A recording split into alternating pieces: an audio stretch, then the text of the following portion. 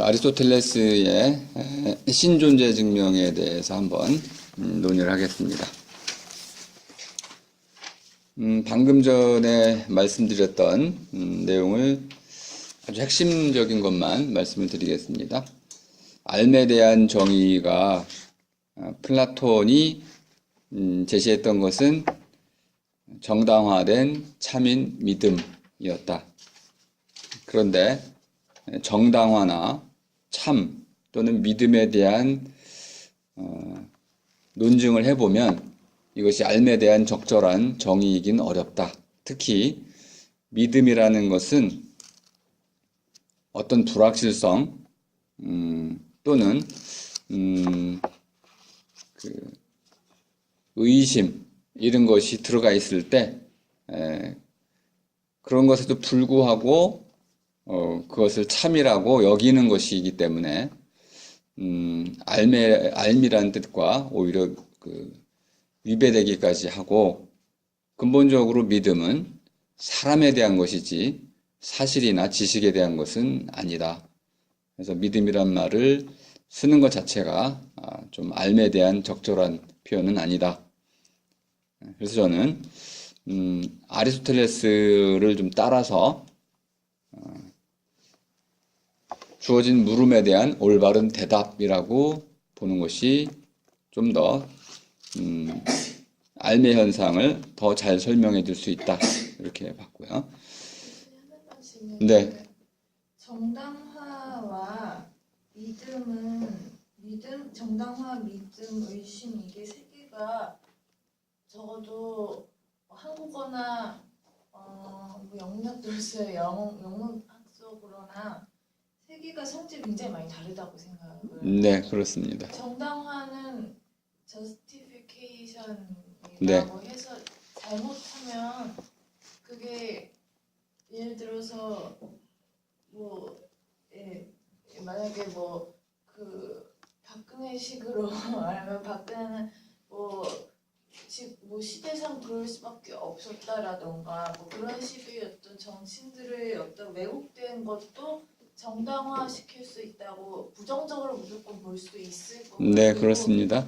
참 긍정적으로 지금 이 상태에서 이것은 어쩔 수 없이 정당화되어야만 한다라는 정치적인 의미로도 볼 수 있겠지. 그리고 네. 하지만 믿음은 또 사실 굉장히 다른 의미로 또 폭넓게 다르게 좀 휴머니티스와 가깝게 조금 더 할 수 있다고 생각이 되는데 아리스토텔레스가 말하는 그런 알에 대한 정당화된 믿음이라는 게 약간 잘못하면 이 사람은 그러면 자신이 생각한 이 생각을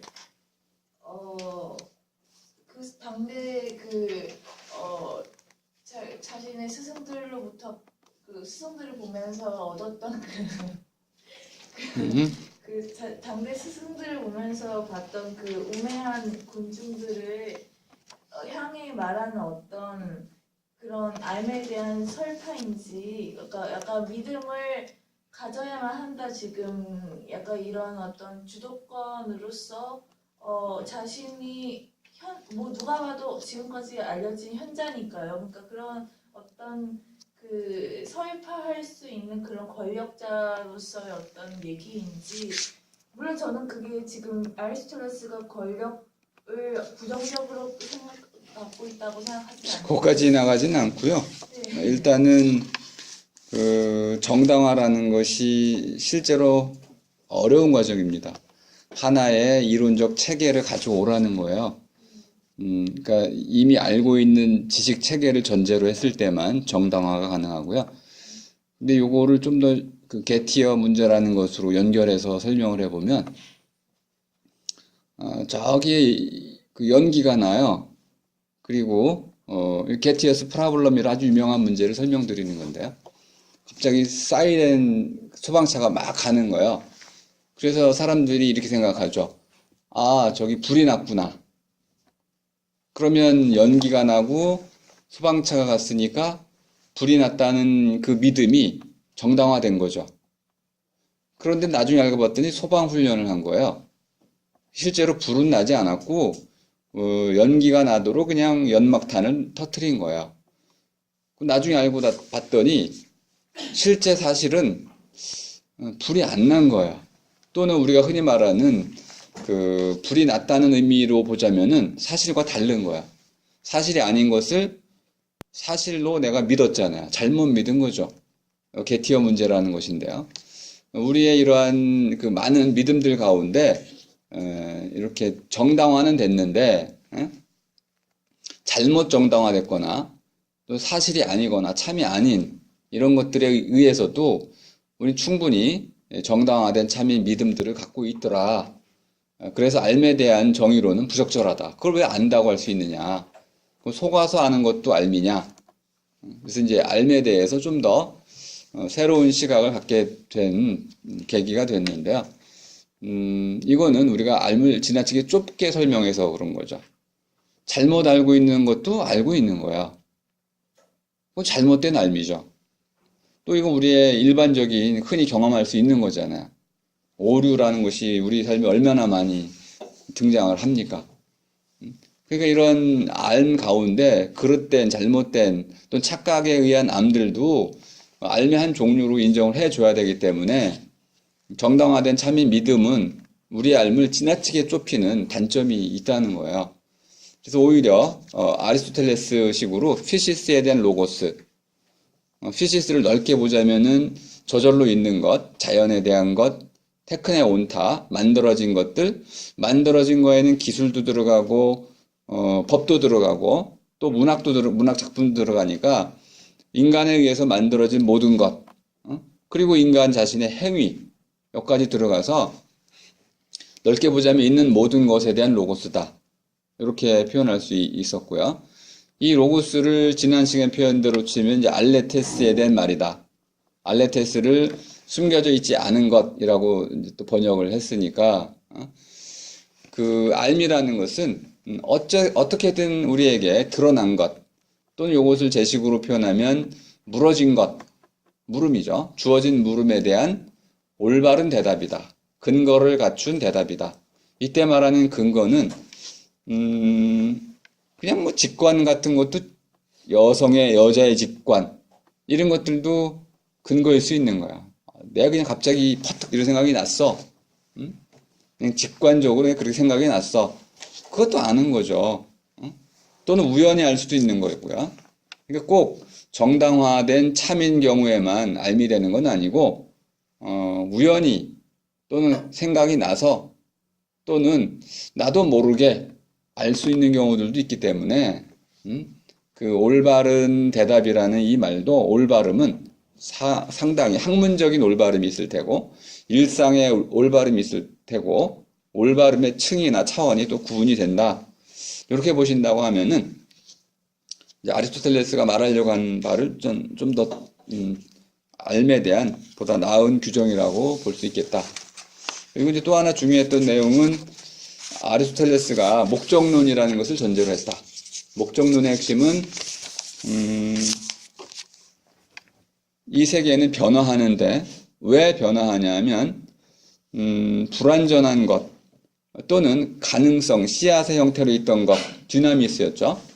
듀나미스 형태로 있던 것이 그냥 머물러 있지 않고 그 자체로 끊임없이 보다 나은 또는 텔로스라고 하는 목적애를 향해서 나아가는 에로스, 그런 충동을 갖고 있더라. 그걸 이제 본성이라고 말해도 좋습니다. 있는 모든 것들은 변화하고 있는데 변화하는 이유가 그 변화하는 것 안에 듀나미스, 그 안에 듀나미스로 어떤 구현하고자 하는 텔로스, 먼 미래에 구체적으로 현실화되는 그런 현실태를 안에 갖고 있더라. 근데 잠재적으로 갖고 있고 아직 실현되어진 않은 상태로 갖고 있어서 그걸 실현해 나가는 과정, 이것이 바로 운동이다. 변화의 원리를 목적론, 텔레올로기라고 했으니까 이 목적론이라고 하면 우리가 또 오해가 좀 생기는 표현입니다. 시간적으로 먼 미래의 것을 현재의 이런 가능태로 갖고 있는 그 구조적인 측면 때문에 운동과 변화가 일어나더라. 그리고 이러한 변화의 마지막에는 정지라는 현상이 생겨나는데 이 정지는 그 목적이 다 발휘된 상태를 말하는 것이다. 그러면 이 완전히 모든 것이 다 발현된 이런 완전태가 있다면은 그것을 신이라고 불러야 마땅하지 않겠는가? 그러면 이 우주, 이 세계는 이 동굴 속에 있는 모든 것들은 끊임없이 신을 향해 나아가고 있다. 그래서 이 세계가 아름답다는 거야. 모든 것이 신을 향해 나아가고 있기 때문에 질서가 생겨나고 그 질서 때문에 결국 아름다움이 이루어진다는 겁니다. 또 하나의 중요했던 얘기는 아리스토텔레스가 고대 그리스의 말로서 생각을 재단했다. 재단한다는 말은 좀 부정적으로 보이기도 하는데요. 한계로 보시면 되겠습니다. 한계는 어쩔 수 없는 거죠. 뛰어넘을 수 없는 한계. 말의 한계를 처음으로 깨달았고 그 한계를 한계로 받아들이면서 말 자체를 연구했다. 그리고 그 말을 통해 가지고 자기의 경험에 드러나는 세계를 체계화했다. 그러니까 말의 체계와 현상의 체계가 같아지는 것이다. 아이소모피즘이라고 하는데 동형론입니다. 형태가 같다고 봤어요. 실제로 형태는 같지 않습니다. 하지만 그 당시의 그 시대상에서는 그 둘이 말과 현상이 형태가 같다고 전제를 했습니다. 그 중에 한 예가 이제 관사에 관한 거였죠. 관사, 여성, 남성, 중성. 그리고 이제 아까 질문이 잠깐 쉬는 시간에 나왔었는데, 영어의 그 구조하고 뭐 거의 같으니까, 가장 먼저 주어가 나옵니다. 근데 이 주어를 우리말로는 주라는 말이 촛불을 켜놓은 자리라는 뜻입니다. 그러니까 밝혀진 곳이란 뜻이지 주인이란 뜻이 임자란 뜻이 아니에요. 그래서 주어 그러면은 밝혀진 말이란 뜻이네요. 밝히는 말이거나 밝혀진 말. 사과는 붓다. 그럼 사과라는 말은 지금 무엇인가 논의되고 말해지고 있는 것이 무엇인지를 드러내주는 거죠. 그런 의미에서 주어입니다. 하지만 영어의 subject는 그런 뜻이 아닙니다. 밑에 놓인 것이란 뜻이죠. 하나의 사건이 있으면은 그 사건을 떠받치고 있는 거. 그 히포테시스. 밑에 놓여 있는 것. 전제가 되는 것이라고 말씀을 드렸습니다. 그러니까 수비액툼. 고대 그리스어로는 히포케이메논. 밑에 던져진 것이라는 것은 모든 것을 심베베코타. 위에 덧붙여지는 것들을 떠받치는 거죠. 그러니까 주종관계로 이해가 됩니다. 보다 밑에 놓여있는 중요한 것과 변하지 않는 것과 그 위에 덧붙여져 가지고 변화할 수 있는 것으로 둘로 나누었던 겁니다. 그래서 가장 중요하게는 변화하지 않는 것, 밑에 놓인 것, 밑바탕을 먼저 확정을 하고 그 확정된 것 위에서 변화할 수 있는 것들, 시간, 공간, 양, 이게 뭐냐 저거냐, 크기가 어떠냐 저러냐, 수동이냐 능동이냐 이런 것들을 범주로 분류화했던 거죠. 이게 영어의 체계와 같은 겁니다. 주어를 놓고 주어 다음에 뭐가 옵니까? I 다음에 love가 오겠죠. 동사가 옵니다. 밑바탕이 움직이는 어떤 동사적인 형태가 오게 되고요. 그 동사가 예를 들어서 love니까 그 love와 관련되는 목적어들이 뒤따라오게 됩니다. 그러니까 목적어들은 전부 다 변수가 되는 거죠. 그러면 상수 하나가 있고 상수가 지금 분류될 수 있는 하나의 범주가 있고 사랑이라는 범주. 이 사랑이라는 범주에 대해서 사과, 사람 또는 어떤 사상 이렇게 대상들이 확정이 됩니다. 순서가 그렇게 되죠, 그죠? 그러면 먼저 주어, 그 다음에 행위의 의지를 나타내고 있는 분류표의 핵심인 동사, 동사의 목적에 해당되는 나머지의 목적어들 이렇게 문법을 가지고 생각의 체계를 짜 나갔다. 그래서 아리스토텔레스가 로직이라고 하는 로직, 에피스테메 로기케, 그 말할 줄 아는 말할 줄 알기라는 학문을 처음으로 만들어내게 됩니다. 이 말할 줄 알기는 그 앞에 목적어가 피시스입니다. 그러니까 있는 모든 것에 대해 말할 줄 알기입니다. 그러면 피시스와 로고스가 엄밀하게 관계되어 있다는 걸 알 수 있습니다. 그리고 이 관계가 사실은 오늘날에는 사진이 있잖아요. 사진도 그러니까 말과 같은 거죠. 그리고 동영상도 있고 그림도 있고 심지어는 수학도 있잖아요.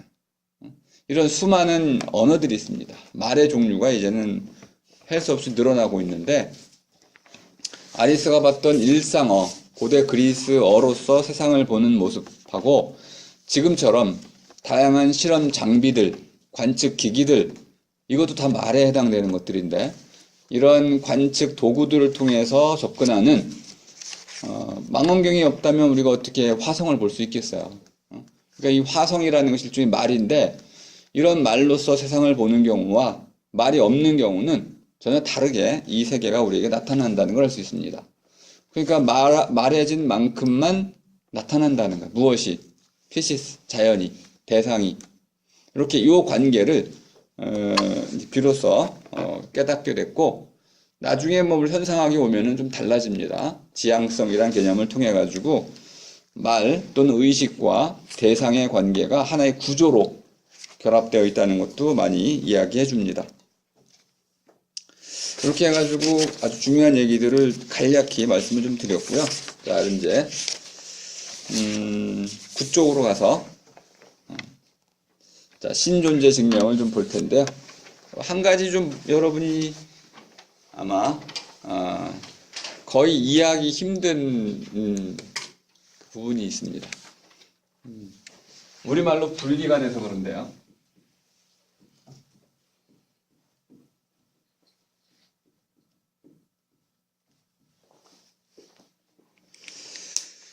이 둘을 우리말로는 나누고 있습니다. 있다와 이다는 차원이 전혀 다르죠. 위에 있다를 서양에서는 존재사라고 합니다. 아래는 코플라, 연계사라고 합니다. 계사라고도 하고 연계사라고도 하고 이어준다는 뜻이죠. 근데 영어로도 be라는 하나의 동사를 그냥 씁니다. be. 우리말로는 있다, 이다로 분화가 되죠. 처음에 질문 드린 적도 있었죠. 그는 키가 크다.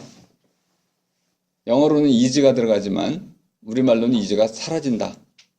말은 아까 이제 말이 곧 대상에 대한 접근 방식이자 대상의 체계화의 원리라고 말씀을 드렸으니까 말이 달라지면 대상도 다르게 드러나고 그 대상에 대한 인식의 체계도 달라집니다. 우리가 지금 그 문제에 대해서는 한국에서는 잘 드러내고 있지 못해요. 아직 거기까지 근대화의 이제 핵심이 그건데 모어의 발견, 모어로 학문하기가 서양 근대 핵심이었는데 일본도 그것 때문에 성장한 거잖아요. 일본은 다 자기 말로 학문을 합니다. 노벨 화학상이 나올 수 있는 이유는 영어를 잘해서가 아니에요. 그들은 자기 말로 다 학문할 수 있기 때문에 노벨 물리학상이 나오는데 아무 문제가 없습니다. 근데 우리는 우리말로 학문을 못하고 있어서 좀 하다 보면 다 어디로 가야 돼요? 영어를 해야 되는. 갑자기 말이 바뀌게 되는 현상이 생겨나는데 이런 전환이 생각보다 우리의 생각에 엄청난 제약을 가져다 줍니다. 여기다가 호시옷 있다를 썼는데요. 줄로 이렇게 쭉 이어가는 것도 있다인데 우리말에는 원래 반치옷을 해서 있다, 이시란 형태로 이 둘의 복합 형태가 있었습니다. 근데 이것이 사라지고 국어학자들이 없앴어요. 없애고 있다 이다로 분화시켜 버렸어요. 분화는 좋은데 나눈 건 좋은데 저 둘을 본 뒤 하나였던 것을 형태적으로 없애버리니까 이 둘을 표현할 말이 없어진 거예요. 그래서 지금은 존재라고 표현하고 있습니다. 근데 존재는 있을 존재에 있을 제재지만 앞에 있는 있을 존자는 존중하다 이런 뜻입니다. 뒤에 있을 제자는 어디에 있다, 자리에 있다는 뜻입니다. 그러면 결국 이다가 빠져나갔네요. 존재라는 말 속에는 이다가 안 들어 있습니다. 근데 아리스토텔레스의 신존재 증명에는 이다가 들어가 있습니다. 이게 번역이 적절치 않습니다. 그래서 그냥 우리 강의실에서는 편의상 호시옷 있음을 쓰겠습니다. 신의 있음에 대한 증명, 이렇게 이해를 해두세요. 신의 있음에 대한 증명인데 단계별로 신이 있다 라는 것은 신의 있음 자체에 대한 증명과 신이 무엇인가, 신의 무엇임에 대한 증명으로 나뉘어 있다. 이렇게 이해를 해두시면 되겠습니다. 요런 이제 우리말과 서양말, 잉글리시나 뭐 이런 고대 그리스 말의 차이가 뚜렷하기 때문에 우리가 이해하는데 상당히 어려움을 겪고 있습니다. 자, 이제 그쪽 가운데 부분 한번 보시겠습니다. 전제들하고 나온 부분. 아리스토텔레스의 신은 기도를 하는 신은 아닙니다. 우리가 그에게 무엇을 빌고 달라고 간절히 애원하는 또는 찬송하는 인간과 대화하는 신이 아니고요. 인간과 무슨 약속을 하는 신도 아닙니다. 그래서 인간을 처벌하는 신도 아닙니다. 아리스토텔레스의 신은 그냥 철학자의 신 정도가 됩니다. 철학자의 신 앞에서 우리는 경배하지 않습니다. 그 신이 과연 올바로 설정되어 있는지 법칙처럼 숙고하는 것이죠. 그의 신에 대한 이름은 부동의 원동자입니다. 부동의 원동자라는 말은 상당히 어려운데요. 세 번째 단락 보시면 자, 신에 대한 정의가 이렇게 되어 있습니다. 그 자신은 자신과 다른 어떤 것에 의해 움직여지지 않으면서 다른 것에 의해서 움직여지지 않으면서 다른 모든 것들을 가장 처음으로 움직이게 하는 것. 그래서 부동의 원동자입니다. 그 자신은 움직여지지 않으면서 부동. 이런 식 번역어는 사실 피해야겠죠. 부동이라는 게 뭡니까? 움직여지지 않은 채, 다른 것에 의해서 움직여지지 않은 채 다른 모든 것을 움직이게 하는 자, 움직여지지 않으면서 움직이는 자, 이런 뜻입니다. 무슨 뜻일까 이게? 움직인다는 것은 변화한다는 것이고, 변화한다는 것은 이 세계에 있음의 방식이었습니다. 동물 속에 있는 모든 것은 변화하고 있습니다. 움직이고 있습니다. 움직이지 않는다는 것은 어디에 있다는 겁니까? 동굴 너머에 있다는 겁니다. 신은 동굴 안에 있지 않고 동굴 바깥, 그 너머에 있습니다. 그 바깥 너머는 변화하지 않는 세계입니다. 불변의 세계입니다.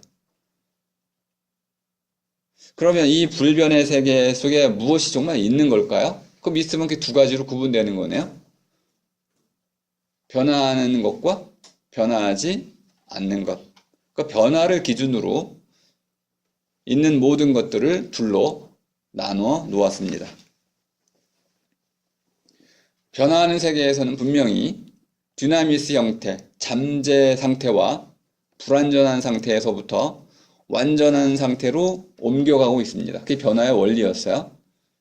그런데 변화하지 않는 것은 왜 변화하지 않냐면 멈춰 섰기 때문에. 그런데 중요한 게 왜 멈춰 섰냐 하면 그 안에 내재되어 있는 모든 목적, 텔로스 가장 멀리 있는 거죠. 그것을 다 이루었기 때문에 다 이룬 것은 더 이상 이룰 게 없어서 멈춰 선다는 겁니다. 이해가 되시죠?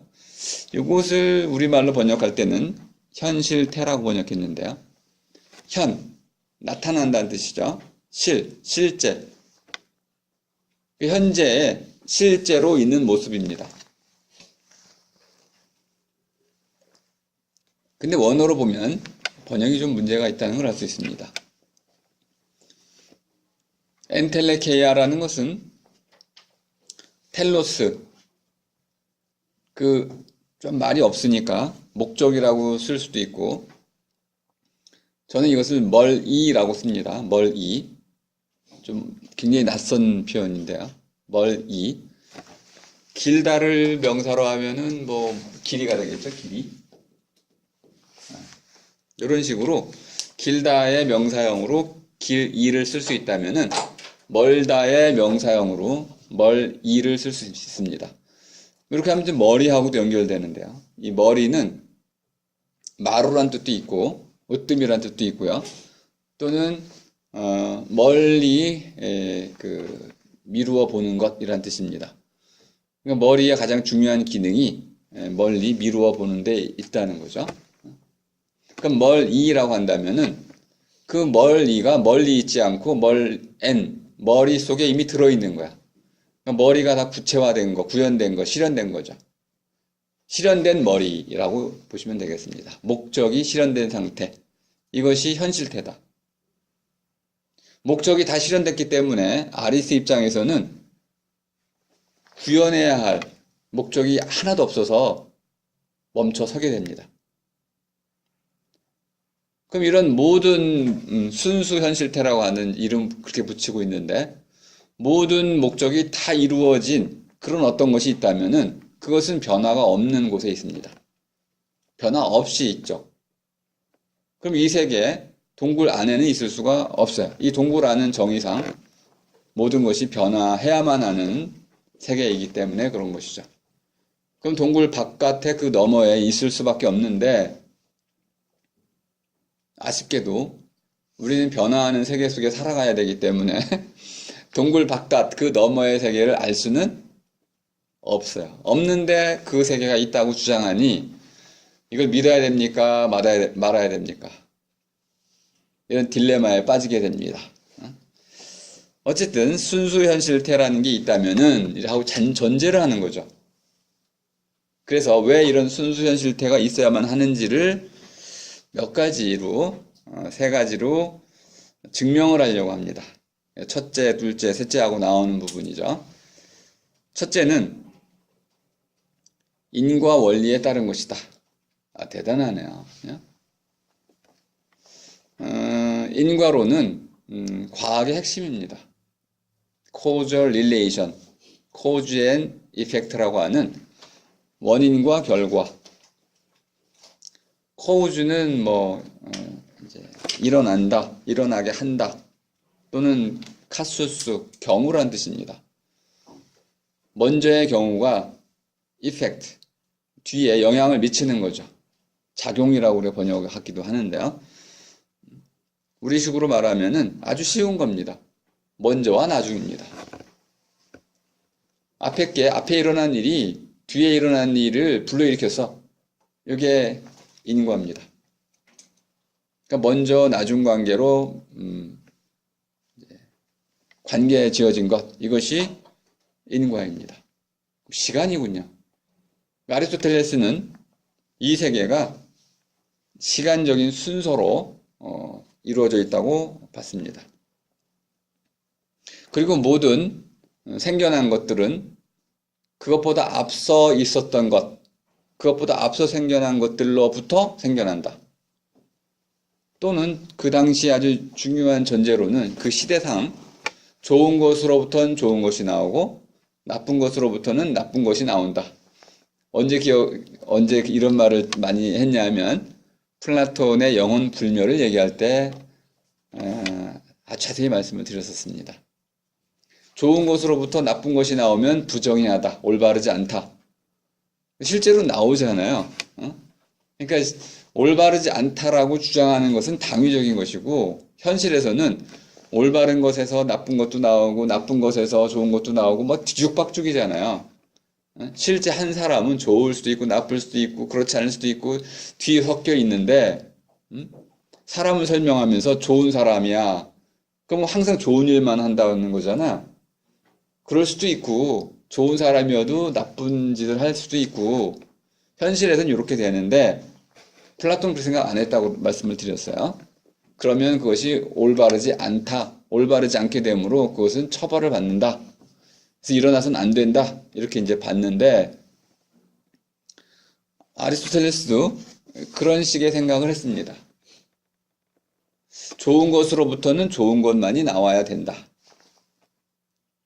뭐 이건 이렇게도 말할 수 있네요. 사람에게서는 사람이 나와야지 사람에게서 악어가 나오면 안 되겠죠. 나음의 원리입니다. 이것도. 나음의 원리, 아르케의 원리, 낳고 강조했었죠. 그죠? 나음의 원리다. 이것이 아리스토텔레스로 오니까 나음의 원리가 신화적인 원리가 인과로 바뀌었군요. 대단한 전환입니다. 여기 시간이 하나의 틀로 제시가 된 겁니다. 시간의 틀은 단순한 틀이 아니에요. 먼저 있었던 것과 나중에 있는 것 사이에는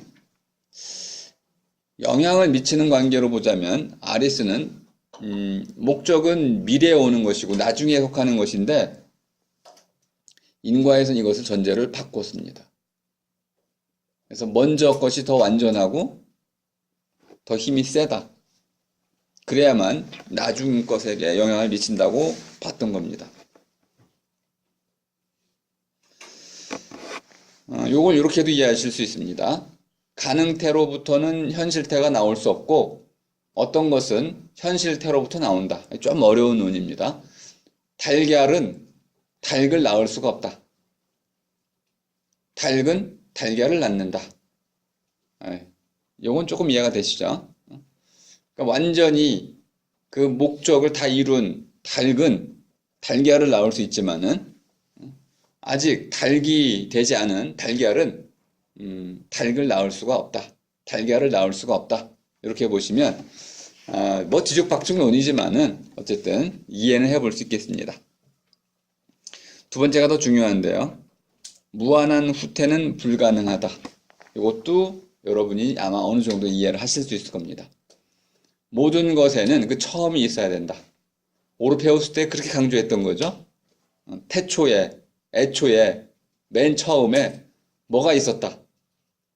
그 이전에 대해서 물으면 또 이렇게 얘기하는 거죠. 애초에라는 말은 말이야.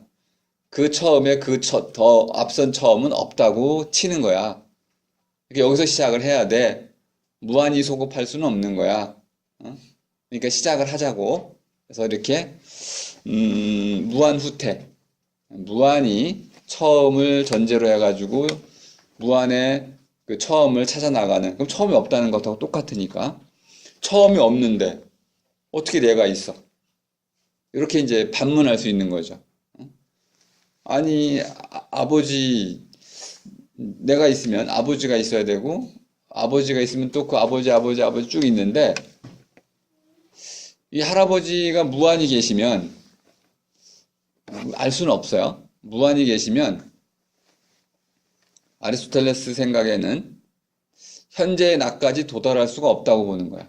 현재까지 도달하기 위해서는 그 무한 계열이 어느 선가 그쳐서 시작이 처음이 있어야만 된다고 봤던 거죠.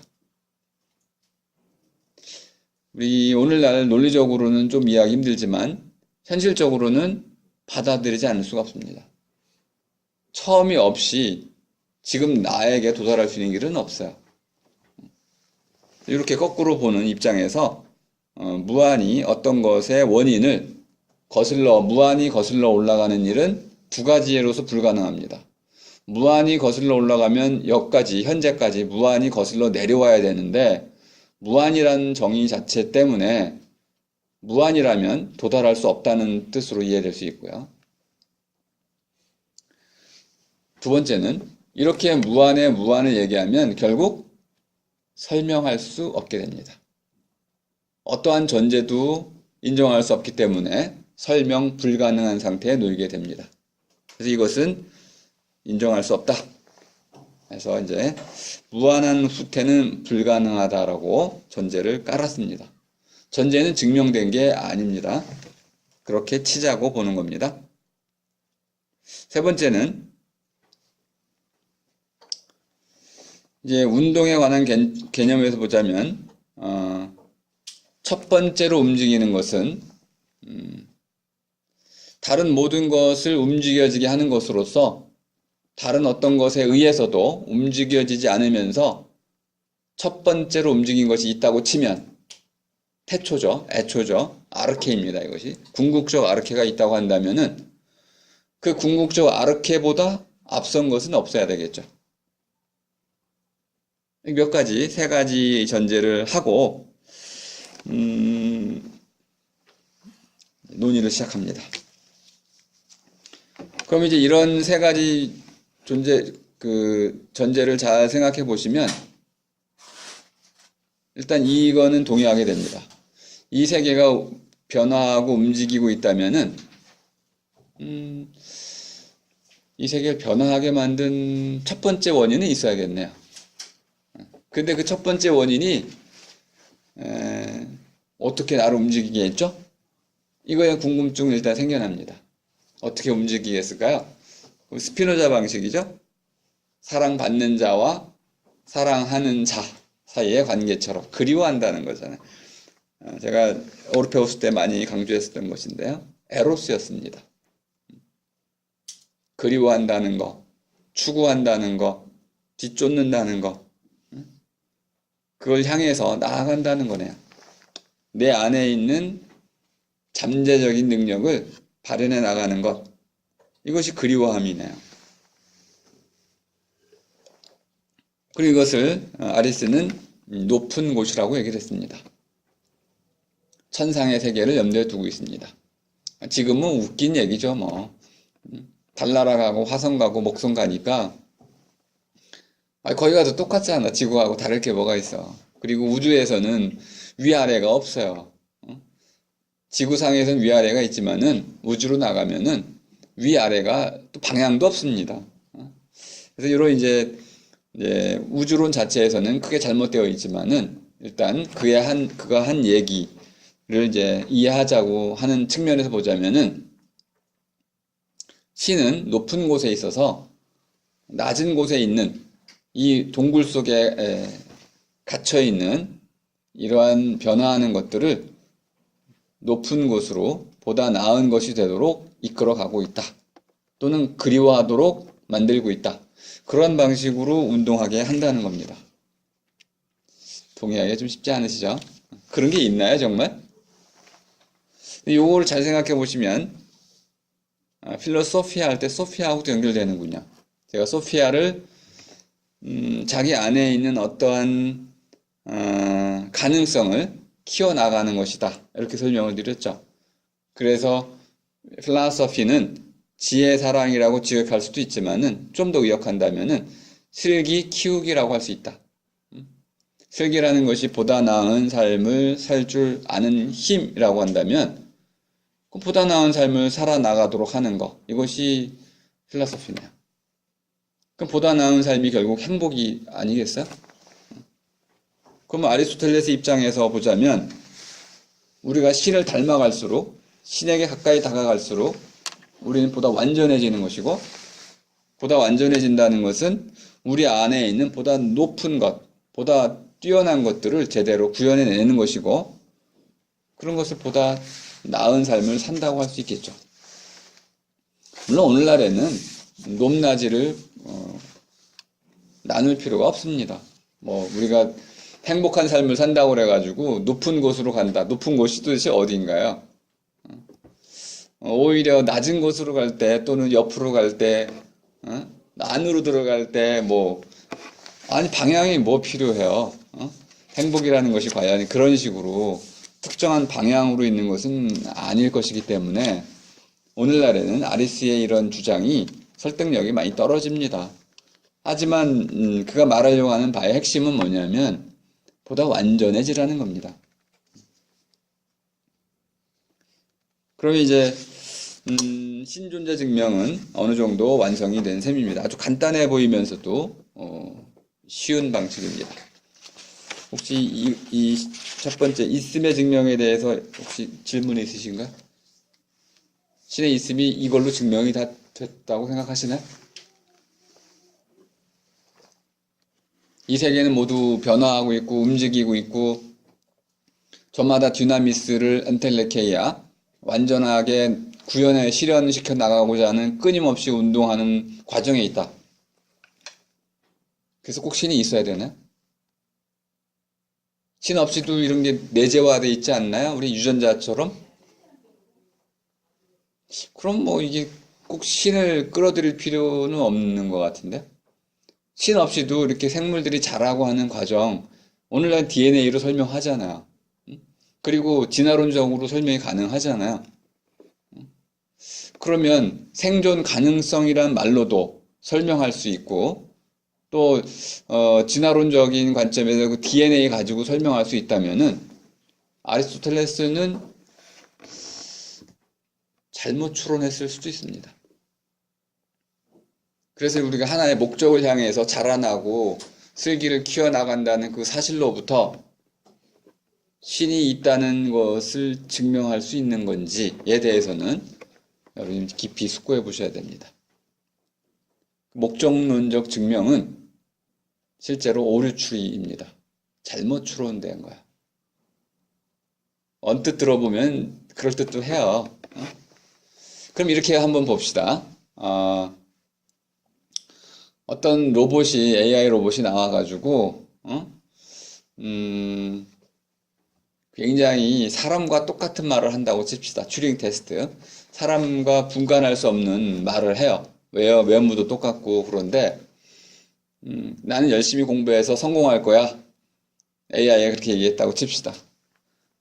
그래가지고 은경 씨하고 둘이 이제 열심히 공부를 해요. 근데 은경 씨는 시험에 떨어지고 AI는 붙어서. 그러면 AI는 성공하고 나는 떨어지고 실패하고. 그럼 나는 다음에 한번 도전할 거야. 그래가지고 또 한다고 칩시다. 그럼 AI가 와가지고 격려를 해줘요. 그래, 인생이라는 게 실패를 통해 성장하는 거지. 사람인지 AI인지 모르고 있는 상황이라고 쳐야 돼요. 그럼 아마 이렇게 볼 겁니다. 쟤도 저렇게 나와 같은 시련을 겪으면서 자라나 보다. 구분이 안 되니까. 그럴 경우, 윤경 씨의 그 추론이 정당한가요? 그 AI도 분명히 나와 똑같이, 시험에 떨어지고 붙고 하면서 보다 나은 완전한 삶을 살기 위해서 열심히 노력하고 있다. 라고 추론했을 때, 그 추론이 정당한가요? AI는 인간이 아니니까. 모른다고 치고. 몰랐을 때가 문제야, 그러니까. AI라는 걸 알면은 다른 방식으로 추론할 겁니다.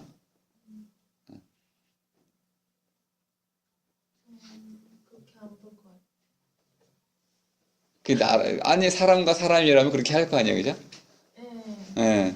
AI라는 사실을 모르고 있다면은 분명히 쟤도 나랑 똑같이 저렇게 보다 완전한 삶을 살기 위해서 노력하고 있구나 라고 믿게 되겠죠. 네. 근데 나중에 알게 됐어요. 저게 AI야. 그러면 그 판단을 어떻게 하시겠습니까? 철회하시겠습니까? 여전히 유지하시겠습니까?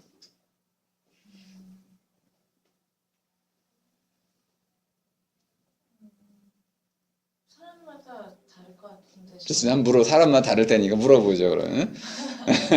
그때 AI라는 걸 알게 되면, AI도 내 마음과 똑같이 저렇게 의지를 갖고 완전해지려고 했구나, 라는 이전의 판단을 철회하시겠습니까?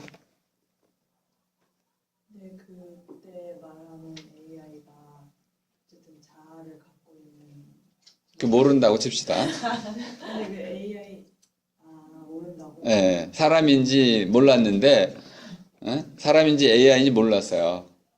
튜링 테스트를 한 AI야. 통과가 됐는데 몰랐어요. 근데 자아를 갖고 있으니까 그 시험을 보는 그럼 다시 물을 수도 있어요. 자기는 자아가 있나요?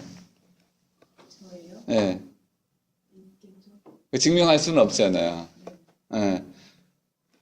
치는 거, 자아가 있다고 치는 거죠. 전제한단 말이야. 그래서 그냥 제 마음 편하자고 그래도 기계지만 그래도 자아가 있는 기계다 이렇게 생각하고 예. 처리하지 않아요. 아, 인정을 한다. 동료로 받아들이겠다. 이렇게, 그죠? 예. 왜 그런 일이 벌어지냐면, 왜 이런 고민이 생기냐면, AI는 지금 현재 모습에서는 나랑 이제 같은 모습을 하고 있고, 같은 삶을 살아가고 있지만은, 그가 이제까지 살아왔다고 말하는 과거는 가짜기 때문에 그래요. 나는 이렇게 어릴 때 태어나가지고 엄마하고 뭐 해가지고 지금까지 이렇게 살아왔지만은 지금 AI가 하는 저 말들은 지가 이렇게 어릴 때부터 자라면서 그런 수많은 고통과 좌절과 극복 과정을 거치면서 스스로 획득한 그런 지혜들이 아니고 수많은 남들이 살았던 자료들을 가지고 입력됐거나 프로그램됐거나 한 자기 게 아닌 가짜 지혜란 말이에요.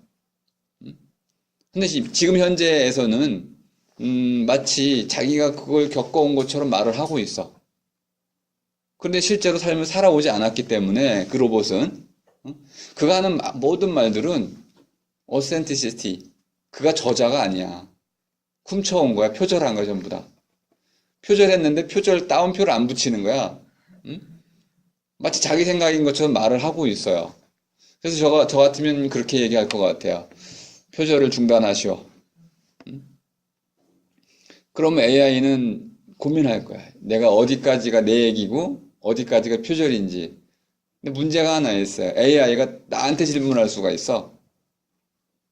야, 구현상, 너 표절하지 마. 그러면 나도 어디까지가 내 말이고 어디까지가 남의 말인지 구분할 수가 없잖아요. 정도의 차이가 있을 뿐이지만, 이런 것을 우리가 이제 오류 추리와 대표적인 것으로 봅니다. 저 소쩍새도 내 맘 같아서 저렇게 슬피 우는구나. 감정이입, 엠퍼시라는 것이 같이 느끼는 거잖아요. 그런데 저놈이 진짜 슬프게 느끼는지 내가 어떻게 알아?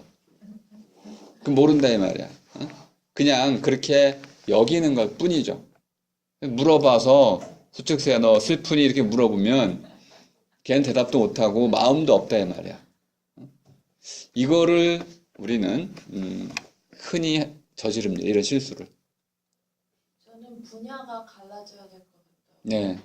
그 인문학과 사회과학이나 과학 쪽은 뭐 예전에 뭐 도쿄대에서 성공한 것처럼 로봇이 최첨단 엄청난 몇 조의 그런 그 컴퓨터를 이용해서 뭔가 이렇게 판단을 내릴 수가 있을지 몰라도 걔가 질적인 판단, 인간의 삶을 질적으로 보장할 수 있는가에 대한 어떤 숙고는 교수님 방금 말씀하신 것처럼 임패스라는 것이 로봇이 과연 가능한 영역인가는 영원히 불가능하지 않을까라고 생각이 들기 때문에 그래서 물론 딱 하루만 들었지만 홍성 교수님 수업 때도 그런 얘기 했지만 그 사법책 그런 거 여태까지 그 판사가 한 걸 다 돌려서 AI가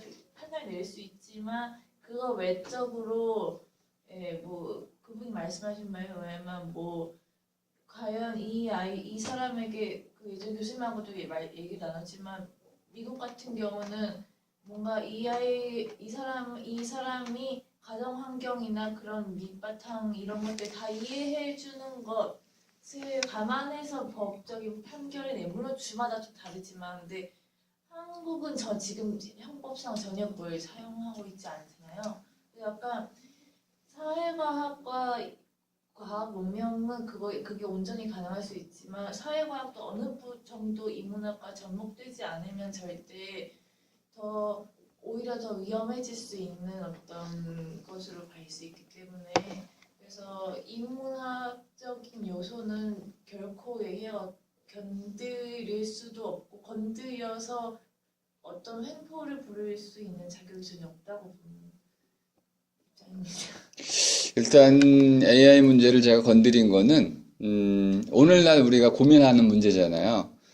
근데 그 아리스토텔레스는 당시에 신의 문제를 우리처럼 고민했다는 거예요. 이 신이 있다고 해야 되는지 없다고 해야 되는지 수많은 사람들이 인정하고 있단 말이야. 신에게 경배하고 이 신이 정말 있는 건지 없는 건지에 대해서 AI가 정말 자의식이 있는지 없는지에 대해서 고민하고 있는데 우리처럼 있다고 믿고 싶은 거예요. 그 증명을 하고 싶은데 저는 AI의 그 자의식이 있다고 생각을 합니다. 논증하기는 대단히 어렵지만은 어쨌든 없다고 보는 사람도 있고 있다고 하는 사람도 있어요. 근데 그건 증명력의 문제일 뿐인 것이지. 그럼 이제 신에게로 한번 가볼게요. 전제가 있었잖아요. 변화한다. 변화의 원리를 갈릴레오처럼 보지 않았습니다. 외부적인 원인, 충격에 의해서 이루어지는 것을 보지 않고 내적인 원인에 의해서 이루어진다고 봤습니다. 그 내적인 원인이 상승하는 거였어요. 그러면 그 상승의 마지막 자리가 있을 것이다라고 전제한 것이죠. 근데 바로 이 전제가 문제가 된다는 거야. 아리스토텔레스의 추론을 쭉 따라가다 보면 그럼 돌멩이는 언제쯤 신에 도달하나요? 사람의 경우는 죽어서 뭐 불멸하는 영혼이 있어서 신에게 다가갈 수 있다고 치더라도 그러면 저 나무는요? 이 변화하는 모든 것이 다 신에게 도달할 수 있어야 되는데 그럼 도대체 그 모든 이 세상에 있는 모든 것들의 완전한 모습을 다 갖추고 있는 신은 도대체 어떤 신인가요? 그래서 그걸 스피노자는 그냥 자연이라고 부른 거죠. 그런 신이 있다면은 별도로 따로 있는 신이 아니고 그냥 현재 이 모습 그 자체가 곧 신의 모습이 아니겠는가. 범신론이라는 거죠. 그죠? 그러면 이렇게 그 스피노자처럼 얘기할 수는 있겠는데 그래도 여전히 의문이 하나 드는 게 있어요. 변화한다고 해서 그것이 곧 목적을 향해 나아가는 걸까요? 목적이 있는 걸까요? 그리고 목적이 꼭 바깥에 있어야 되나요? 그럼 DNA 방식으로 설명하는 것하고 목적론적으로 설명하는 거하고 뭐가 다른가요? 다른 거는 바로 신이 필요한지 아닌지의 문제입니다. 진화론에서는 신이 필요하지 않습니다. 대신에 어댑션이라고 하는 적응이라고 하는 새로운 요건이 필요합니다. 신이 조절하는 이 세계가 아니고 서로 있는 모든 것들이 서로가 환경이 되어가는 가운데서 서로에게 환경에 적응해가는 하나의 원리, 그것이 발전의 원리든 진화의 원리든 또는 뭐 진보의 원리, 뭐라고 불리든지 간에 변화의 원인인 거죠. 왜 변화하냐 하면 어제와 오늘 뭐 환경이 바뀌었다는 거야. 환경은 내재적 환경도 있고 외적 환경도 있습니다. 오늘 새로운 분이 들어왔다면 아마 우리에게도 어떤 변화가 생길 것입니다. 또는 저 미국에서 어떤 일이 벌어지면 또 우리에게 영향을 미치는 거죠. 이런 방식으로도 변화를 설명할 수가 있습니다. 내재적인 원인을 두고도 분명히 우리는 외적 환경의 변화 요인과 아울러 가지고 변화를 설명할 수가 있습니다. 근데 아리스토텔레스는 이런 요인들을 다 배제시킨 거야. 좋은 것은 좋은 것을 낳는다라는 이 나음의 원리를 너무 맹신했던 것이죠. 현실은 그렇지 않습니다. 이걸 복합계의 이론으로 본다고 한다면은 현실 속에서 여러분이 숙대에 들어온 것은 어떤 의미에서 아주 우연한 산물입니다. 어떤 목적이 있어서 온 게 아니야. 여기 오면 다시 이것이 필연이 됩니다. 여기서 출발해야만 한다는 점에서 필연이야. 하지만 또 다른 데를 갈 수가 있습니다. 유학을 갔거나 그땐 또 우연히 작동을 합니다. 그때 무슨 특별한 목적이 있어서 그 목적을 향해서 나아가는 건 아니에요. 더 그러면 나이 들어가지고 정지할 때, 움직이기 힘들 때, 나이를 더 먹을수록 목적에 가까워져야 되는데 어떤 사람들은 목적을 잃고 헤맵니다. 그럼 이런 일이 벌어진다면 아리스토텔레스가 전제한 모든 변화하는 것들은 더 나은 상태인 높은 곳을 향해서 나아가고 그 높은 곳의 마지막 자리에 신이 있다라고 말하는 이것은 현실의 우리 경험과는 전혀 맞지 않는 이야기입니다. 무한한 후퇴가 불가능하다는 것도 무한 후퇴 가능성은 이미 증명이 되어 있습니다. 수학적으로 가능하고요. 수학적으로는 무한히 후퇴가 됩니다. 그리고 제논의 역설에서 이미 보여준 것처럼 무한히 후퇴가 된다고 하더라도 실제로 도달 불가능한 건 아닙니다. 수학적으로 A에서 B까지 무한한 점을 지나가야 된다. 그래서 무한히 후퇴해 가야 되는 것처럼 보이지만 실제 거리는 1cm도 안 될 수 있는 거죠. 그래서 물리적인 실제 거리하고 사유적으로 이렇게 후퇴해 나가는 과정상의 차이는 분명히 다른 것입니다. 그 아리스토텔레스는 사유적으로 무한히 후퇴한다는 것과 실제의 거리를 착각한 겁니다. 제가 좀 비판적으로 말을 하고 있는데요. 잘못된 이론은 그것이 왜 잘못된 것인지를 깨닫는 것이 중요하지 그것을 내 지식으로 삼는 것은 중요치 않습니다. 그런 건 오히려 버리는 게 맞죠. 하지만 왜 잘못된 지식이었는지를 아는 것은 내가 진보하는 데 큰 도움이 되기 때문에 꼭 알아야 할 필요가 있습니다. 세 번째는 보다 앞선 것과 뒤선 것. 첫 번째 것은 그것이 있다면은 그 첫 번째 것에 의해서 움직여진 다른 모든 것들은 첫 번째 것보다 더 완전할 수 없다는 이 주장에 대해서도 사실이 아니다라고 말할 수 있습니다. 문제는 완전하다는 말의 정의 때문에 그렇습니다. 완전이라는 것이 다 갖춰진 것이라고 한다면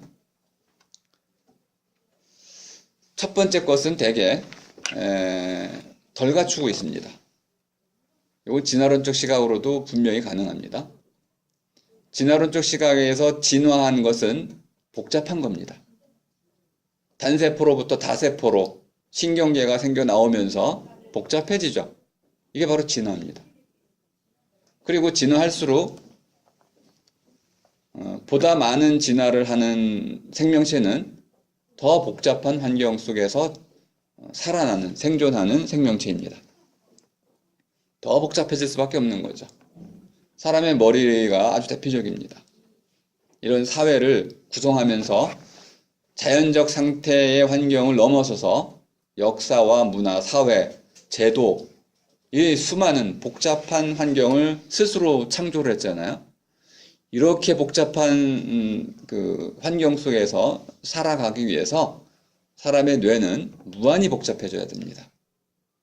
이 무한한 복잡함 속에서도 하나의 질서를 찾아내야 되기 때문에 사람의 뇌는 일단 용량도 커야 될 뿐만 아니라 종합하는 능력, 하나로 종합하는 전두엽이 발달해야만 했던 것이죠. 그러면 이 진화론적 원리로 보자면 먼저 것보다 나중 것이 더 완전합니다. 그리고 지구 무기물 관점에서도 마찬가지입니다. 빅뱅 이론에 따르면 그것이 맞다면은 초기 우주는 무질서한 상태입니다. 하지만 현재 우주는 아름답습니다. 질서를 갖추고 있죠.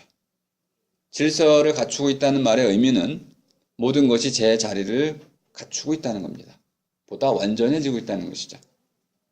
실제 현실로서는 아리스토텔레스는 아주 엉뚱한 주장을 한 셈입니다. 다만 아리스토텔레스가 말하려고 한 바는 첫 번째 것의 특징 때문에 그렇습니다.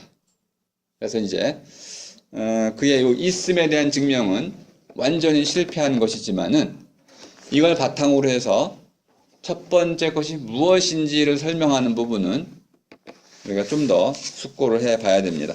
자, 이제 무엇인지에 대한 물음으로 가보겠습니다. 9쪽 맨 마지막에 보면 단락 신이 무엇인가를 묻고 세 가지 대답을 하고 있습니다. 하나는 신은 있습니다. 여기서 좀 설명을 하겠습니다. 있음이라는 것은 우시아라고 바꿔놓으세요. 우시아. 있음을 갖고 있는 것 이렇게 하시면 되겠습니다. 참 우리식으로는 번역이 엉터리인데 의미적으로는 이것이 정확한 번역입니다. 있음을 가진 것. 있음을 갖고 있기 때문에 다른 모든 것들에게 있음을 줄 수 있습니다. 이런 표현이 이렇게 재미있네, 그죠? 내가 무엇인가 돈을 갖고 있으면 남에게 돈을 나눠줄 수 있는 것처럼 우시아는 원래 재산이란 뜻입니다. 우리에게는 영어로는 이제 have 동사로 구현되는 것들이 우리말로는 되게 있다 동사로 많이 구현이 됩니다. 난 돈이 있어. 영어로는 have 동사 갖다라고 써야 되지만은 우리말 나는 귀가 있지. 근데 귀를 갖는다, 팔을 갖는다, 영어로 이렇게 표현이 되죠. 우리말하고 이렇게 그 서양 언어하고 좀 그 갖는다라는 의미가 다른 낱말로 표현이 되다 보니까 좀 어려움이 있는데요, 번역에. 있음을 갖는 것 이렇게 이해하시면 되겠습니다. 그래서 있음을 아직 없는 모든 것들에게 있음을 주는 자, 있음을 낳는 자 이렇게도 보시면 되겠습니다. 아하, 또 신이라는 것이 있음을 낳는 자, 생성, 낳는 자로 이해가 되고 있군요. 근데 이것을 우리가 뜻을 제대로 살리지 못했기 때문에 그냥 존재라고 번역을 했습니다. 신이 존재라는 게 도대체 무슨 뜻이에요? 그 말의 의미는 있음을 낳는 자다. 있음을 주는 자다. 그래서 있음을 갖고 있는 자다. 이렇게 우시아라는 뜻으로 이해해 두시고, 두 번째는 정신. 정신의 의미는 뭐냐면 물질이라는 것은 정신의 반대가 물질인데, 이 물질이라는 것은 끊임없이 바뀌는 겁니다. 변화하는 것이야. 근데 신은 변화할 수 없는 것이기 때문에 물질이 변화하는 것이 신은 물질이어서는 안 됩니다. 그럼 물질의 반대인 정신일 수밖에 없다는 거죠. 플라톤에게서 정신은 나누어질 수 없는 것이었습니다. 나누어질 수 없는 것은 변화하지 않는 것을 의미합니다. 물질은 무한히 나누어질 수 있는 것, 반면에 정신은 나누어질 수 없는 것, 그래서 사라지거나 소멸하거나 죽을 수 없는 것, 이렇게 이해가 됩니다. 그래서 왜 정신이라고 말을 해야 되냐면 변화하거나 사라져서는 안 되고 영원한 것이기 때문에 그렇다. 그다음 세 번째로 생명이라고 쓰고 있는데요. 이건 정신이란 말의 다른 이름이라고 보시면 되겠습니다. 여기서 생명은 살아있게 하는 힘, 이렇게 보시면 되겠습니다. 그것을 플라톤 때 제가 푸시케라고 말씀을 드렸습니다. 살아있게 해주는 힘, 자기 운동성이라고도 설명을 해드렸죠. 어떤 것이 사람이 후무스, 진흙으로 되어 있는데 후무스는 진흙이란 뜻입니다. 호모라는 말은 흙덩어리란 뜻이 되는데 이 흙덩어리도 있으면 사람이 될 수 없습니다. 근데 이 흙덩어리 갑자기 말을 해요. 흙덩어리가 말을 할 수 있으려면 흙덩이가 말할 수 있는 어떤 스피리투스, 힘이 들어가 있어야 됩니다. 스피리투스는 숨이란 뜻이기도 하고 루아흐와 같습니다. 숨을 불어 넣어주면 성스러운, 신령스러운 숨을 불어 넣어주면 갑자기 흙덩어리가 눈도 뜨고 숨도 쉬고 말도 하고 움직이게 돼요. 살아있게 됩니다.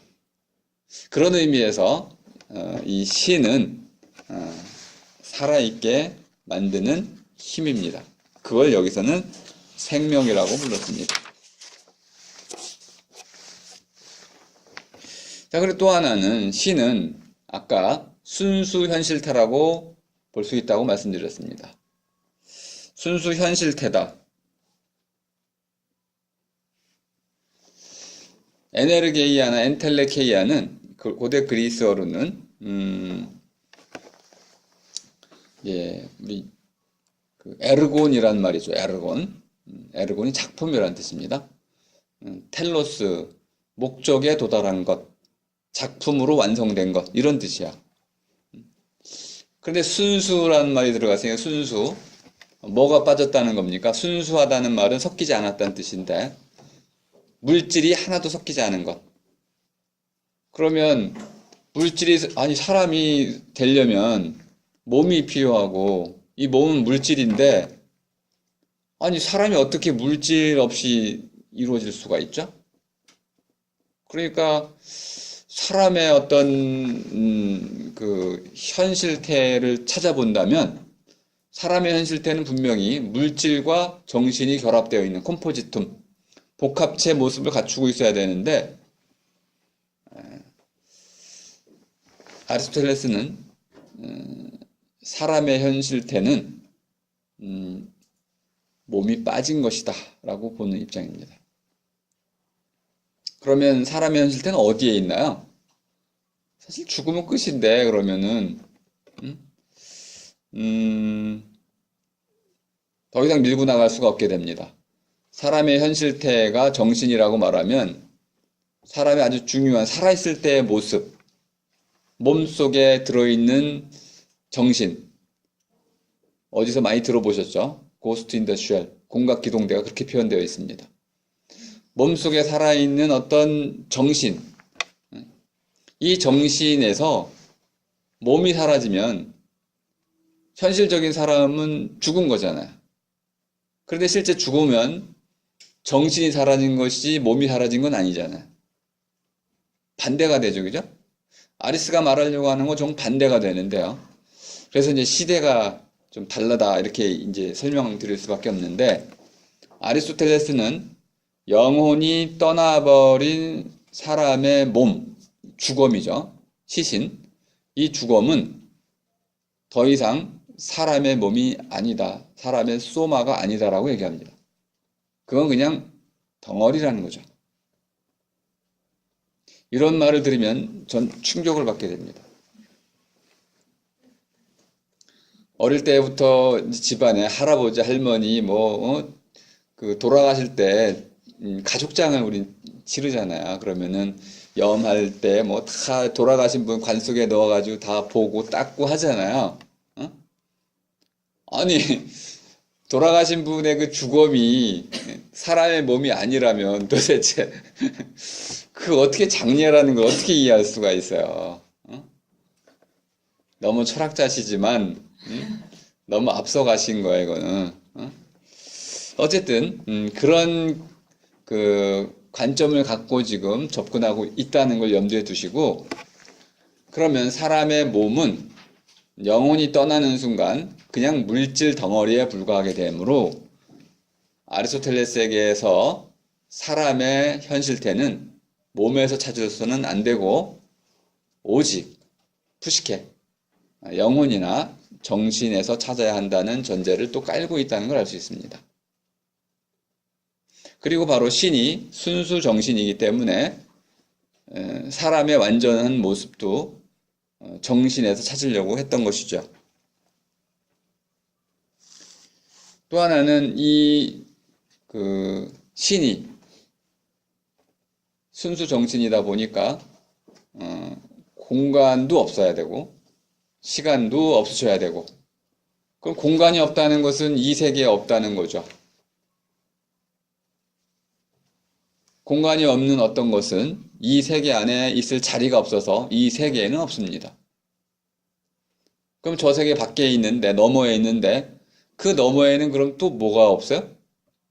공간이 없으셔. 그럼 도대체 어디 있다는 것입니까? 너머에 있다는 겁니다. 너머가 도대체 어디예요? 이 세계 바깥이군요. 바깥은 있어요, 없어요? 있어요. 그러면 올림포스가 떠올라지시죠? 신들이 있는 곳, 올림포스가 되겠습니다. 그 너머에 있으신데, 올림포스 신들은 왔다 갔다 해도 하시지. 이 아리스토텔레스의 신께서는 움직이지 못하시니, 아무리 생각해도 이런 종류의 신존재 증명을 어떻게 받아들일 수 있을까 궁금하기도 하고 그렇습니다. 공간도 없고 시간도 없고 영원해야 되고, 그래서 결국은 결론이 이렇게 나옵니다. 신은 모든 것을 넘어서 있다. 시간도 공간도 변화도 모든 것을 넘어 있는 초월자다. 초월자라고 강조를 하면요. 신은 모든 것을 넘어서 있기 때문에 나도 넘어서 있는 것이고요. 이걸 좀 더 극단적으로 밀고 나가면 나하고는 아무 관계가 없으셔. 있든 말든 상관이 없으셔. 이렇게 결론이 날 수도 있겠습니다. 그러니 내가 신에게 뭘 기도한들 아무 의미가 없으시고 또 내가 어떤 잘못을 한다고 한들 신의 처벌을 받을 일도 없을 테고 넘어가셨으니 돌아가시면 돌아오실 수도 있는데 그냥 넘어가셨으니 돌아올 수도 없고 이렇게 되면 과연 이런 종류의 그 신에 대해서 우리는 이 신을 과연 증명된 것이라고 볼 수도 어렵고 그 신을 제대로 정의한 것인지도 의심스럽고 그래서 이런 신존재 증명이 결국 아우구스티누스나 또 토마스 아퀴나스 또는 칸트에 이르기까지 아리스토텔레스의 아주 큰 전제가 되는 목적론적 세계관을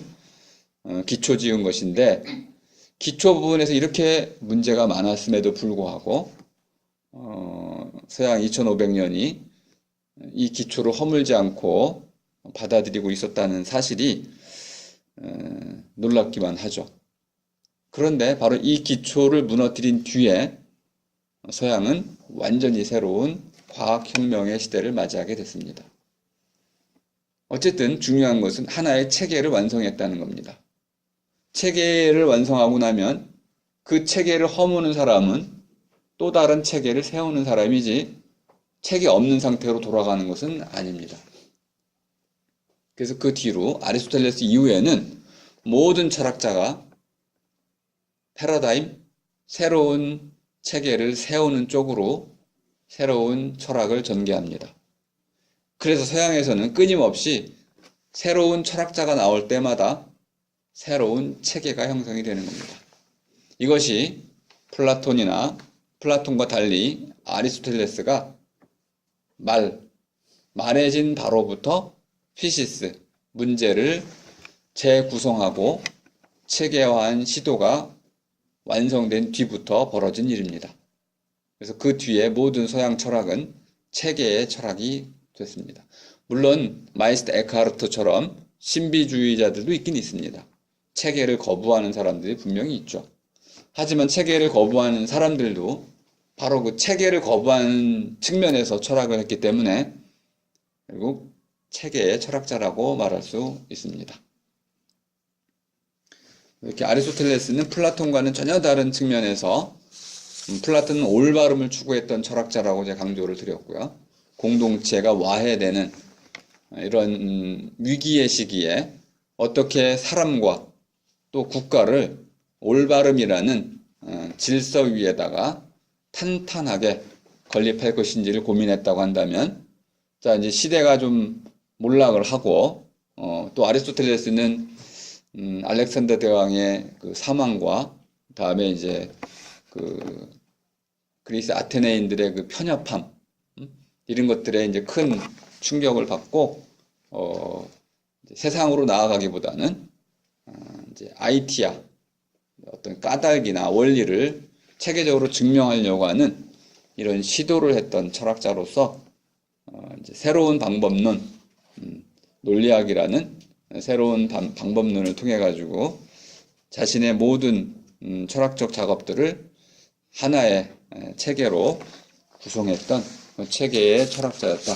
그래서 동굴 안과 동굴 밖이라는 너머의 관점을 너머석이라는 관점에서 끊임없이 증명하려고 했고, 그 증명의 핵심이 바로 목적론적 설계다. 그리고 목적론적 설계의 핵심은 신존재 증명에 있는데, 그래서 거꾸로 저는 신존재 증명이 완전히 실패한 것이었음에도 불구하고 오늘날의 관점에서 볼 땐 그렇다는 건데요. 그것이 서양의 철학과 역사의 별이를 만들었다. 아르케 찾기가 별이라고 말씀을 드렸는데요. 한편에서는 먼 옛날 처음으로 가서 태초에라는 아르키를 찾았다고 한다면은 그것이 플라톤을 거치면서는 점점 가장 높은, 가장 멀리 있는 신에게서 또 다른 아르키를 찾아서 이제 그러면 어떤 문제가 남아있냐면 가장 처음과 가장 끝을 하나의 온전한 체계로 연결하는 작업이 남아있겠죠. 동굴의 안과 밖을 전체적으로 아우르는 이런 작업이 필요합니다. 그것을 했던 철학자가 바로 아리스토텔레스이다. 그리고 그 이제 전체를 보여준 철학자였기 때문에 그의 체계는 중세 1000년 동안 심화되고 또 발전했을 뿐만 아니라 근대의 과학자들이 그를 비판하기 전까지는 마치 진리처럼 숭상이 됐었다.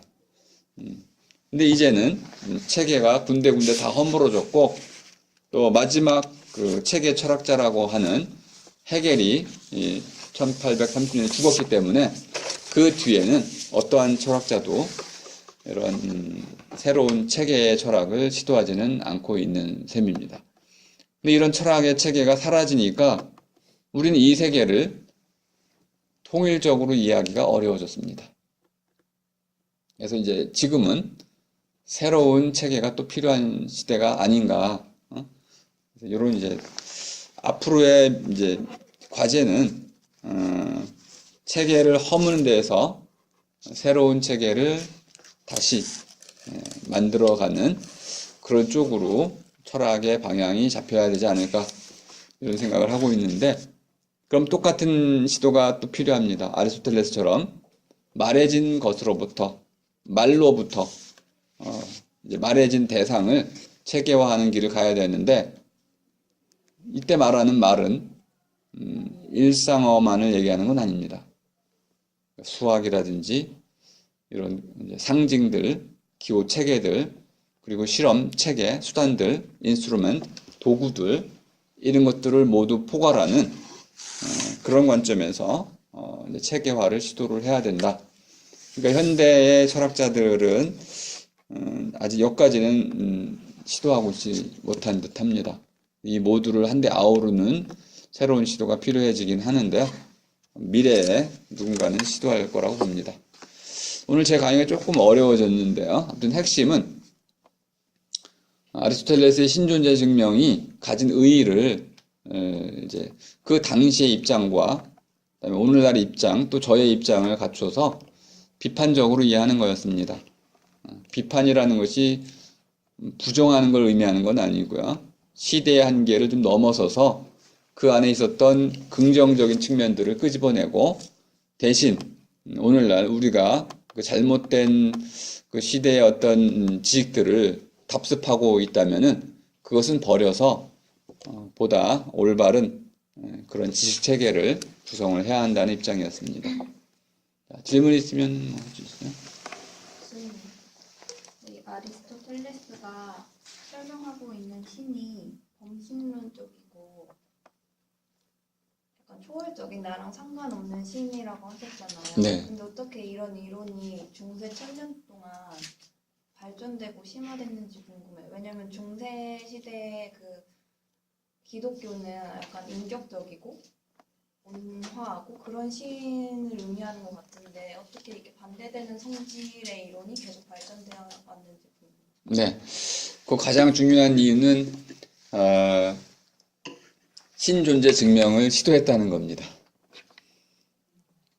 선례가 생긴 거죠. 신존재 증명을 하다 보니까 처음에 교부 철학자들 예를 들어서 이제 로마가 그 기독교를 국교로 삼으면서 이제 그 초기 기독교도들이 이제 고난을 많이 당하는 시기를 지나서 이제 AD 4세기쯤 되면은 갑자기 기독교가 이제 체계화되기 시작하잖아요. 근데 그 전까지는 체계가 없었다는 뜻이야. 그냥 에클레시아 교회 중심으로 그냥 뭐 설교자에 따라가지고 그것도 뭐 성경이 다 갖춰져 있는 것도 아니고 그리고 이제 구약 캐톨릭 쪽은 이제 결국 그 유대교적인 전통하고 또 분리돼서 또 다른 입장을 취하고 있고 분리된 입장을 갖고 있었는데 유대교는 어느 정도 이제 그 체계를 갖추고 있었지만은 새로운 기독교 그리스도교는 체계가 없었어요. 그러다가 이제 안셀무스라든지 아우구스티누스라든지 이런 사람들이 이걸 좀 체계화를 해야겠다. 이런 시도를 하다 보니까 아리스토텔레스께서 신존재 증명이라는 걸 한 거예요. 저렇게 하면 되겠구나. 그래가지고 삼위일체론이라는 새로운 이론을 들고 나오긴 했지만은 기본적으로는 신존재 증명을 했다는 그 사실 자체 때문에 아리스토텔레스가 숭상받기 시작합니다. 그러니까 이거는 약간 변형이 되죠. 그러니까 아리스토텔레스는 하나의 철학자로 숭상을 받았지만은 그가 했던 신존재 증명의 시도는 기독교 안으로 그대로 받아들여져 가지고 마치 그것이 신이 완전자이고 시공간을 넘어서 있고 다 초월자인데 딱 한 가지만 더 집어넣으면 돼요. 아리스토텔레스의 모든 시도 안에 딱 한 가지만 집어넣으면 돼요. 약속. 신이 온다고 그랬다. 재림에 대한 약속만 집어넣으면은 아리스토텔레스가 얘기한 모든 신 개념에 그 여호와라고 하는 야훼 하나님의 의미가 다 들어가 있어요. 전능하고 완전하고 또 가장 좋고 다 들어가 있잖아요. 신의 속성이 모두 공통적이에요. 다만 딱 한 가지가 빠져 있는 거죠. 넘어가서 안 오실 텐데, 이 신께서는 예수 때문에 또 오신단 말이야. 또 이 세계에 관여를 했잖아요. 그러니까 이 예수라는 하나의 매개체를 통해서 아리스토텔레스의 신 존재 증명이 그대로 쓰이면서도 인격적 신으로 바뀔 수가 있었는데 이 바뀌는 과정이 두 가지가 필요해요. 하나는 예수, 또 하나는 성령. 이 두 가지 삼위일체론만 집어넣으면은 아리스토텔레스의 신 존재 증명은 그대로 그리스도교의 신 존재 증명회로 전용 가져다 쓰일 수가 있었던 겁니다. 이렇게 어렵게 되는 건 아니고요. 다만 이제 가장 완벽하게 그걸 정리한 사람이 토마스 아퀴나스예요. 토마스 아퀴나스는 또 아리스토텔레스보다 더 완벽한 논리 체계를 세운 사람이에요. 우리가 알고 있는 토마스 아퀴나스는 그냥 교부 철학자 정도 되겠지만은 논리학을 가장 완벽하게 발전시킨 사람이 토마스 아퀴나스예요. 그러니까 이러한 논리 체계를 가지고 신존재 증명과 삼위일체론을 완성해내기 때문에 누구도 그걸 깨기가 어려웠던 것이죠. 그래서 그거를 깨고 나오는 사람이 이제 칸트. 그 정도 기다려야만 됐던 19세기까지 와야만 결국 아리스토텔레스의 이런 체계들이 갖고 있는 문제점들을 하나둘씩 깨닫게 됩니다. 그래서 어렵지 않게 그리스도교의 신존재 증명으로 가져다 쓸 수가 있었다. 그런 요소는 다 갖추고 있었습니다. 그럼 똑같이 그리스도교의 신존재 증명도 지금 방금 제가 아리스토텔레스를 비판했던 것처럼 똑같은 방식으로 다 비판받을 수밖에 없는 상황에 놓여 있어요. 네. 또 질문 있으신가? 네. 질문이 없으시면은 오늘 강의를 마치겠습니다. 수고하셨습니다. 감사합니다. 근데 우리 점심 같이 하고 있는데 점심